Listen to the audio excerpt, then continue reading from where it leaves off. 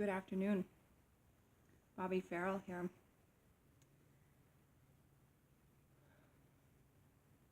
This is my week 2 check-in for Journey to Self, a year in the life. I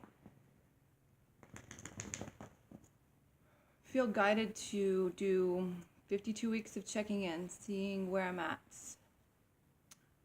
so I can hold myself accountable to my life and my flow or my lack thereof.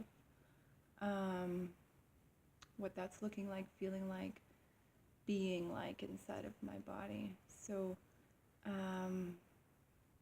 week 1 marked the last week my birthday, my 38th year. So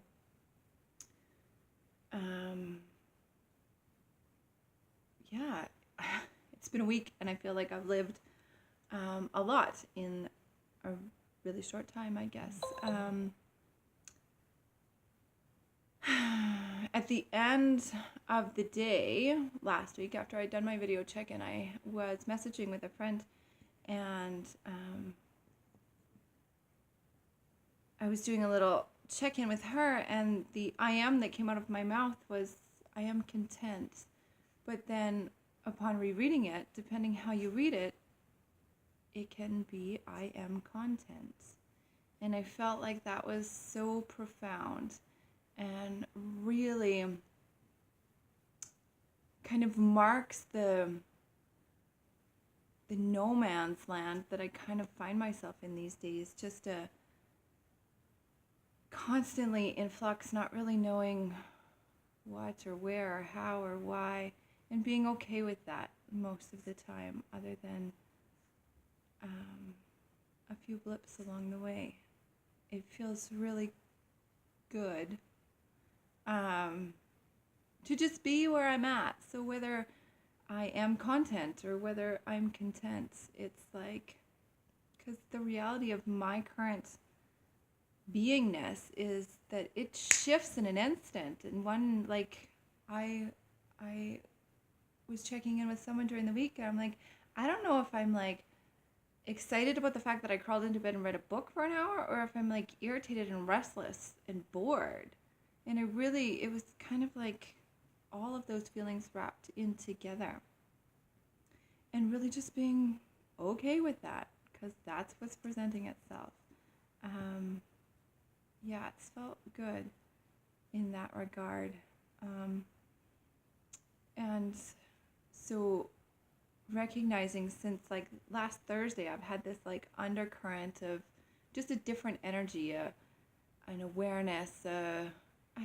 I don't even have words for it other than like a hum happening behind the scenes of my body, and the recognition that, historically I may have labeled that as like unease or anxiety or uncomfortableness, and I have no language for it. It's just a feeling of a hum, and it's like a momentum building, and the brilliance in that. Yeah, and so I could feel my brain kind of weaving a story about why I might be feeling whatever under the scenes, behind the scenes. I was a part of a seance on Friday. I'm like, ooh, maybe I'm excited, maybe I'm nervous, maybe I have something. And then when the seance, like the ending of that didn't shift the feeling of my body, I was like, oh, maybe it's this, maybe it's this, maybe it's this. And so I keep going along thinking that there's like going to be a relief of that undercurrent, and there hasn't been yet, and it's okay. And I didn't get home last night until about 9:30 at night, and that's kind of rare for me. And I had a text message from a friend that said, hey, do you want to go swimming in the morning? And I thought to myself, God, no, like I just want to sit and drink my coffee and like tuck back into my bed in my world. My kids are off at homeschool with another lady today, and so the 6 hours or whatever I get to myself today, I'm like, I'm just gonna like tuck into my bed.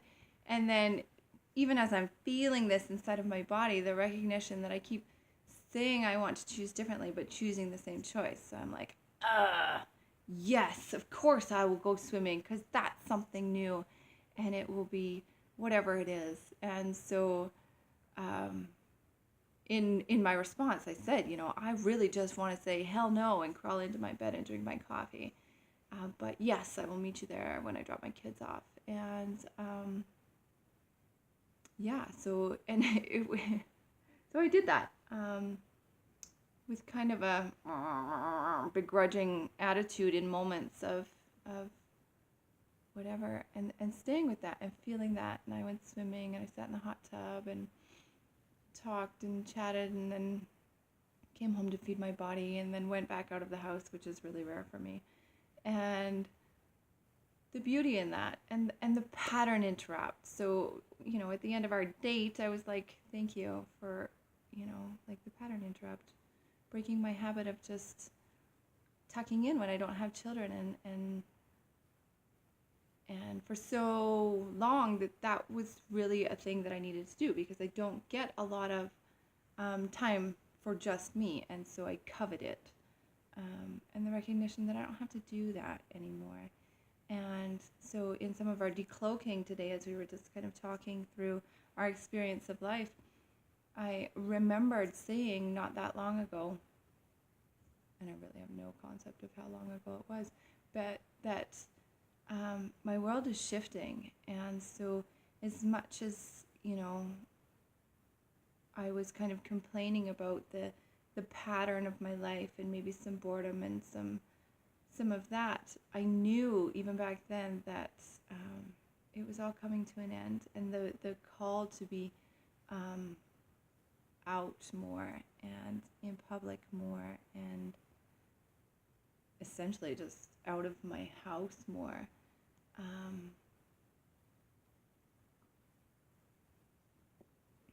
And so remembering that felt really like deja vu-y, like not like that, but like that.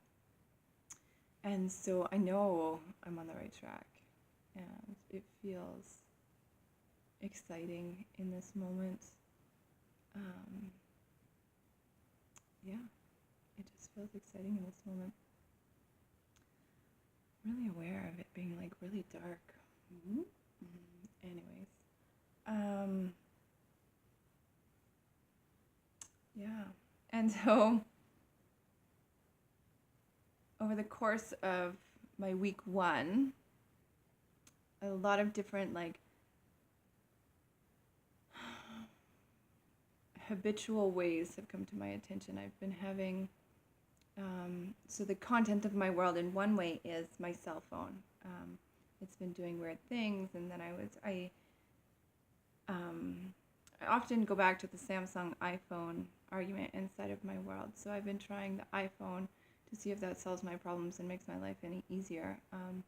No, it doesn't, because I've been Samsung for so long that just feels really foreign. And so for about a week, I was like, no, like, this is ridiculous. You can do this. You can just make the switch. And then it was just really clear to me that I don't want to make this switch. I want my Samsung to work the way that I want it. So the brilliance and the overlap of all of that in my world, in knowing that, there are some places where I get stuck in the habitual response, and some places where I want to like break out of that mold and be completely new and free. And parts of it I want to keep. I want to keep my Samsung. And so then it came time to hit the reset button. And I was like, oh my God. Like, I could feel this like flash of, that's a lot of content. But the underlying freedom in that new start, that new beginning. And so in my conversations this morning, I'm like, I renew my wardrobe. I went on a Candida cleanse and stretched it out for 4 months to kind of renew my entire insides. Like, how is my cell phone any different? It's just another way of letting go and renewing and resetting my world. And so it wasn't very long that I held on to that, like, whatever, and I just hit the reset button. And knowing that it's, it's a reset button on my cell phone, but it represents so much more in my world if I let it. And so the beauty of it, and relearning everything that I do. So now every time I log onto my phone, everything's changed. Everything's different. Okay, not everything. I'm kind of being extreme in that regard. But, and the places I'm willing to give and the places I'm not willing to give. I need a widget with my calendar right there. Boom. I want to know what's going on in my world in a contextual way. That's probably not a word. But I want to see the content of my world in a nice laid out way, so I know what's happening. That one's non-negotiable to me. And so trying to switch from my Samsung calendar to an iPhone calendar, that was a deal breaker for me, and I was really clear about that. But so the whole bigger picture, this is not all about a cell phone, and I know it's not all about a cell phone. That overflow of content and the ridiculous amount of content presenting itself in my world in so many places. So I had talked about a year of less. I listened to a lot of audiobooks this summer on, minimizing and hold on.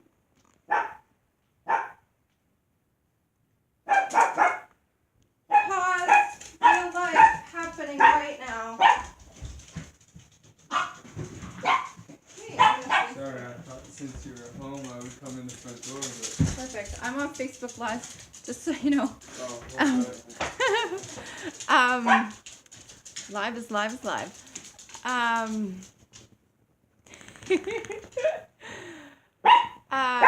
Yeah, so less stuff, more freedom.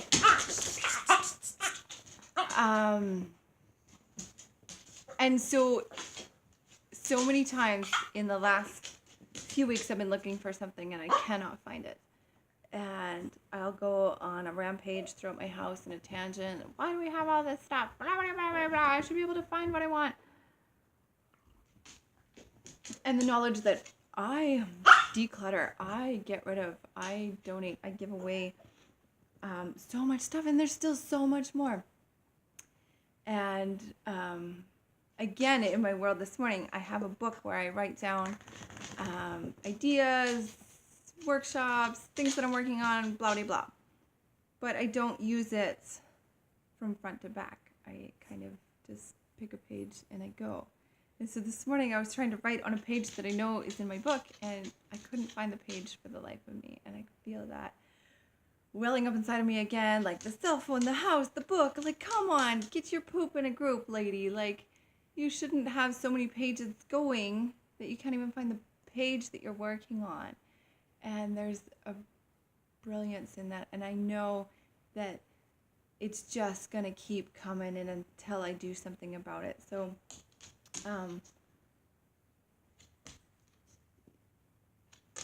after our swim today, we kind of puttered around some thrift stores, and so I got some toques for short-haired purposes, because all of my toques are for like pounds and pounds of dreadlocks, and so I put them on my teeny tiny head now, and I kind of feel like my head is lost in the toque. So anyways, that's my justification to you as to why I'm buying more toques when I have 50. So anyways, I brought home a few things. I brought home 5 things. And as I was steeping my coffee to sit down in preparation for my check-in, I filled an entire bag of stuff. And that is my intention. If I bring something into this house, I want bare minimum that many things going out of my house. Better yet, more than that. So I just went through my entire toque bin. And if it looked better with dreadlocks, it's out of my world. And the recognition, too, that when this year started, I was, 155 pounds. And I don't weigh that anymore. So a lot of my clothes don't fit the same way. I kind of look like I was wearing a winter coat that I used to wear when I worked at the Y. And keeping in mind when I worked at the Y, I was 180 pounds. And so I put it on, and I felt like I was wearing like my dad's trench coat. And so that one got the boot too. Like if it doesn't make me feel good, I don't want it in my life, period. Done deal. And there's a brilliance to that. And I know that this churning, this momentum is just going to keep on irritating me until I make the changes that I want. And so it starts with choosing differently. It starts with saying yes to swimming when your pattern is crawling into bed with a cup of coffee. And so just to be clear, I still crawled in bed this morning with my cup of coffee. I just did it earlier. And the beauty of that was when I wake up in the morning, the moon is still shining right out my window. So I could kind of sit there with my cup of coffee and the moon was like right there. And it was perfect. And the boys came and we had this like beautiful moment of, I don't know, morning check-in, coffee time, moon time, hanging out this morning before we got ready for them to go on their day and me to change my habitual response and patterns. And that's felt really good. So yeah, I've got this, like I said, the undercurrents in my world is something is really shifting. I can feel it in my meditations. I can feel it in the work that I do, and really just trying new things. So I doing things differently. It sounds so simple when I say it out loud, and I talk about doing things differently all the time. And if you were to ask me if I do things the same all the time, I'd be like, no, man. Like sometimes I literally stand on one foot while I'm brushing my teeth, so I have to activate my brain. But in that regard, I still do X, Y, Z, brush my teeth, put on pajamas, go pee, crawl into bed, or whatever that is, in that order every single day, without really giving any thought to that part of it. Or like I'll change this part, and like there's still habitual response, things we just do, autopilot. And as much as I talk about autopilot and I recognize autopilot and I talk about conscious living and internally referenced living, it's recognizing where you haven't even recognized yet. You haven't looked under that blanket. I'm laughing because I literally told my friend this morning that I think I have 50 blankets in this house. And I'm kind of afraid to count. But I think I might hold myself accountable and count all of my blankets so that I have some sort of point of reference in my world that feels meaning to me for some reason. Or maybe slightly crazy as I'm doing a quick count in this room alone. Eek! But anyways, you don't know what you know until you know it. And I firmly believe that when I know better, I do better. So there's a clothing exchange on November 27th through the LSLA. And I know that I'm going to be bringing a hell of a lot of toques for people with a hell of a lot of hair and a hell of a lot of blankets. So you should probably come to that if you need toques or blankets. Yeah, this feels like a natural ending to me. So, yeah.